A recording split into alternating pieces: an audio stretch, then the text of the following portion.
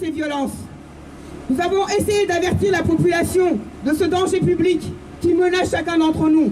Eh bien, depuis 2 ans, ce que nous craignons vient d'arriver. C'est-à-dire que quiconque, n'importe qui ne soit pas déclaré manifestant ou militant, quiconque conteste le pouvoir, des étudiants, des lycéens qui vont ponctuellement contester le pouvoir parce qu'ils ne sont pas d'accord, sont aujourd'hui ciblés par ces violences policières. Depuis le début de l'année 2017, plus d'une dizaine de personnes ont été tuées. On est proche même des 20 personnes. Il y a des paysans, il y a tous les profils aujourd'hui. Donc comme on vous le disait, personne n'est à l'abri. C'est pour cela que nous avons besoin les uns des autres pour mobiliser, pour dire au pouvoir, on n'accepte pas cette violence-là. On n'accepte pas ces crimes.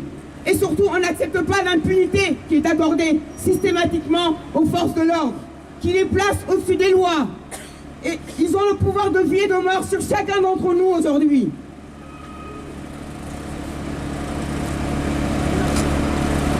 Donc c'est pour ça que nous avons monté un collectif qui s'appelle Vivolé et qui réunit près d'une dizaine de familles et qui a vocation à dénoncer d'une part ces violences policières, mais surtout, encore une fois, à mobiliser la société civile. Parce que quand l'État est notre ennemi, comment fait-on pour faire face à l'État tout-puissant, la société civile? Il n'y a qu'ensemble que nous y arriverons. Et c'est pour ça que ça fait 10 ans que nous essayons de sensibiliser la population. Et nous continuerons à le faire, parce qu'il s'agit de sauver des vies. Je vous remercie de m'avoir écouté.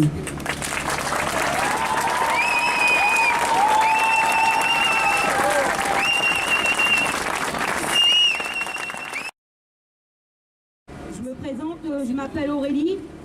Je suis venue aujourd'hui soutenir Awa, la sœur de Babacar, parce que moi aussi je suis une sœur victime.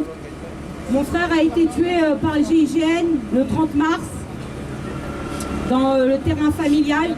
On fait partie des gens du voyage. Mon frère, il était en prison pour des vols, pas pour des crimes. Et en septembre 2016, il a obtenu une permission d'une seule journée pour venir voir sa famille. Il est resté 6 mois dehors. Et le 30 mars, il est venu pour manger avec mon père et mon frère, avec ma famille. Et le 30 mars, je l'ai vu à 8h30 du matin, il m'a embrassé, il était joyeux. Tout ce qu'il voulait, c'était juste être en liberté. La vérité, il ne voulait pas la grande vie ni quoi que ce soit. Juste être dehors, libre, regarder le ciel. Et le 30 mars, le GIGN est venu pour l'interpeller. Ils sont venus chez nous à 13h, le 30 mars. Mon frère, quand il les a vus arriver, il s'est juste caché. Il s'est caché dans une petite remise, il n'y avait pas d'issue. Il s'est caché, eux, ils ont fouillé la propriété, ils ont mis toute ma famille en joue. Il y avait mon fils de 3 ans qui était là. Ma famille, mon père est malade, sous l'oxygène respiratoire, ils l'ont mis par terre, tous les menottes, la mitraillette sous la tempe et c'était fermez-la, pendant qu'ils cherchaient mon frère. Et ils étaient prêts à partir. Et mon frère, il a fait un petit bruit dans cette remise. Et là, 5 hommes du GIGN sont rentrés et ils ont assassiné mon frère de 7 balles dans le torse. Sans sommation, il y avait mon père à même pas 5 mètres, il y avait toute ma famille, il y avait mon petit frère. Tout le monde était là, ils sont rentrés, il n'y a pas eu de sommation, ils sont rentrés, ils ont tiré direct. On a appris 1 mois plus tard qu'il a reçu 7 balles dans le torse. Et à ce moment-là, il a été criminalisé. Tout de suite, ça a été un gitan en cavale.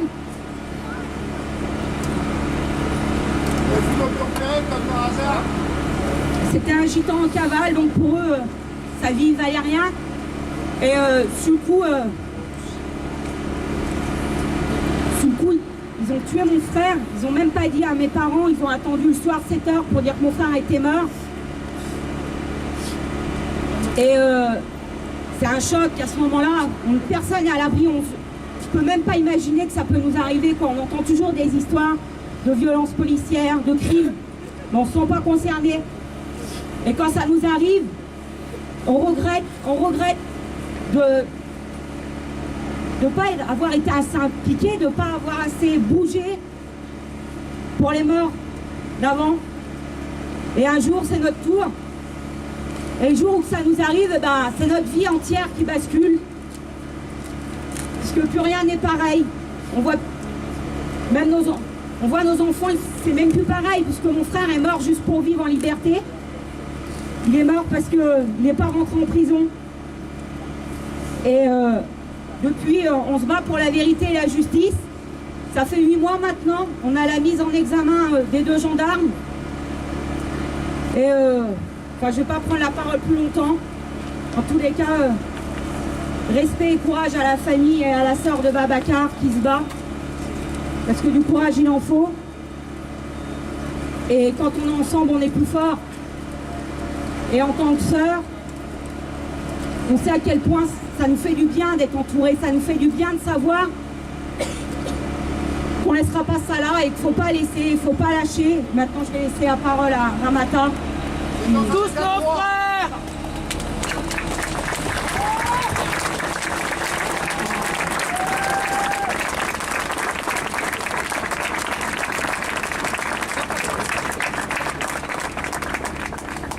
Mesdames et messieurs, merci beaucoup de votre présence à nos côtés aujourd'hui.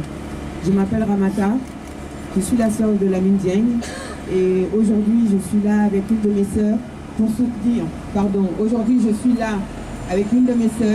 soutenir, la famille de Babacar Gueye parce que nous aussi nous vivons exactement le même drame depuis déjà 10 ans. Mon frère Lamine Dieng avait 25 ans en 2007 lorsqu'il a été interpellé par des policiers de Paris dans le 20e arrondissement. 8 au total. Ils l'ont menotté sur la nuque. Je vous montre comment.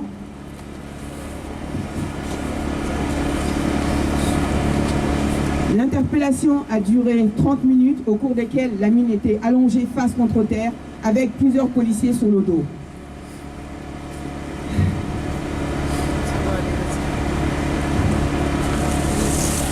Donc après l'avoir menotté comme je vous l'ai montré, lui avoir attaché les chevilles avec une ceinture de contention en cuir. Ils l'ont traîné jusqu'au fourgon de police et là, ils l'ont posé face contre terre et ils se sont agenouillés sur lui à 4. Il y avait un sur son épaule droite, un sur son épaule gauche, un sur son bassin et un sur ses jambes. Lamine a vomi pendant qu'ils étaient sur son dos et respirait son vomi. Il y a eu une première autopsie avant même que nous soyons au courant de la mort de Lamine. L'autopsie disait que les conclusions étaient au conditionnel, que la mort de Lamine pourrait être due à une overdose de cocaïne, de cannabis et d'alcool. Il est mort à 500 mètres de son domicile. Nous avons été avertis 36 heures après. Nous avons porté plainte. Nous nous sommes constitués partie civile. Et c'est suite à notre plainte qu'une nouvelle enquête a été ouverte. Et là, la contre-autopsie contredit la première autopsie. Elle dit que Lamine est mort d'une asphyxie mécanique par suffocation due à l'appui facial contre le sol avec pression du sommet de la tête. Ils ont relevé plus de 30 hématomes sur le corps de Lamine, dont un de 5 cm sur 7 au niveau de la fontanelle, ce qui a occasionné un œdème cérébral et un engagement cérébelleux. J'explique ce que ça veut dire.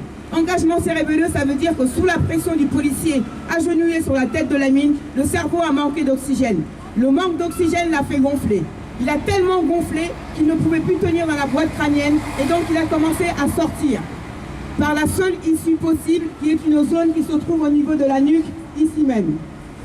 Le juge d'instruction qui a ordonné la contre-expertise médico-légale va nier tous ces éléments scientifiques et prononcer un non-lieu en juin 2014. Il va justifier le non-lieu en expliquant que la technique qui a été pratiquée sur Lamine, à savoir le plaquage ventral, et également la clé d'étranglement qu'il a subie avec la matraque, qui a occasionné des pétecties conjonctivales, c'est-à-dire des vaisseaux dans les yeux qui explosent et qui sont le seul signe extérieur d'une strangulation, donc d'une compression violente du cou. Le juge va nier tous ces éléments en disant que les techniques en question ne sont pas interdites en France et que donc on ne peut pas en vouloir aux policiers d'y avoir eu recours. parce qu'il se voyait en situation de rébellion face à un homme qui était allongé face contre terre pendant 30 minutes. 8 policiers qui prétendent avoir été dépassés par un homme allongé par terre pendant 30 minutes. Surtout qu'ils ont des techniques de combat, ils savent très bien comment faire. On est d'accord. Voilà. Donc nous avons fait appel du non-lieu. La chambre de l'instruction a confirmé le non-lieu en juin 2015.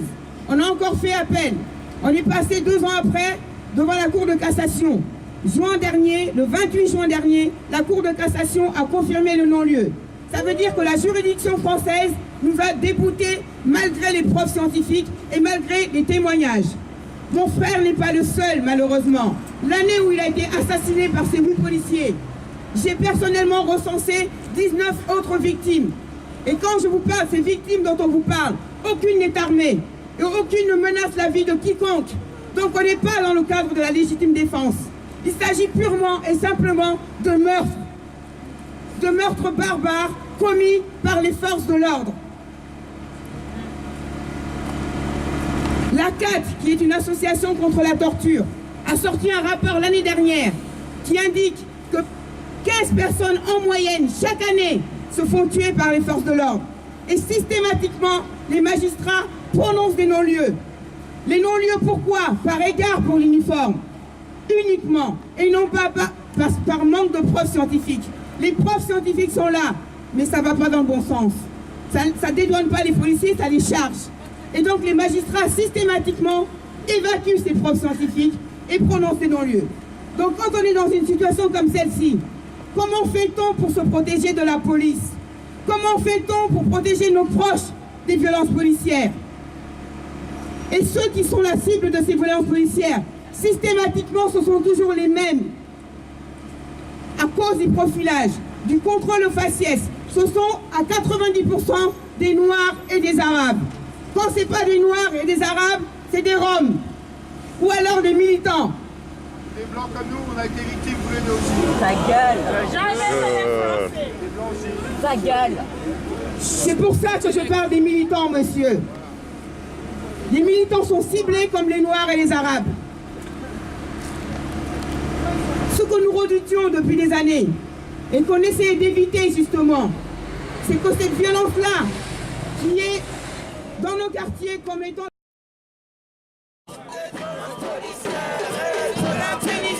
Dans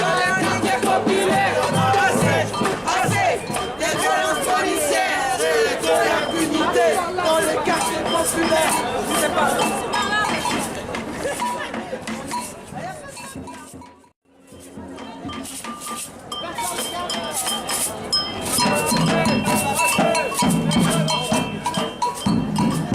un bus bloqué en toute bonne conscience.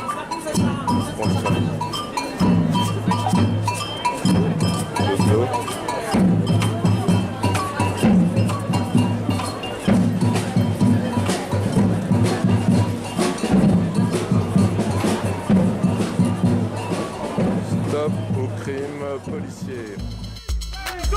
Le nom, c'est